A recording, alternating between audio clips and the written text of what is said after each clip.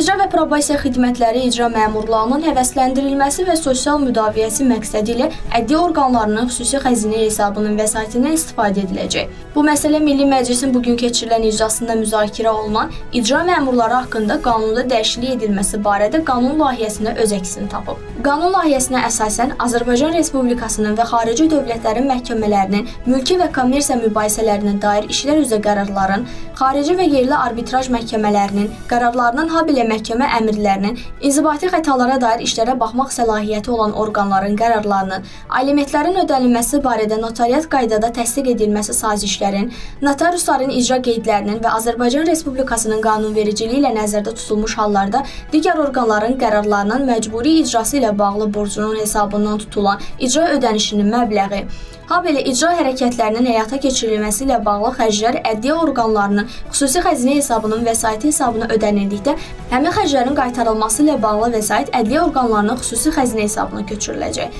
Cərimə və islah işləri növlərində cəzaların, habelə hüquqi şəxslərə tərtib edilən cərimə növündə cinayət hüquqi tədbirlərinin icrası ilə əlaqədar daxil olan vəsaitin 43% ədliyyə orqanlarının xüsusi xəzinə hesabına köçürüləcək. Qanun layihəsi birinci oxunuşda qəbul edilib.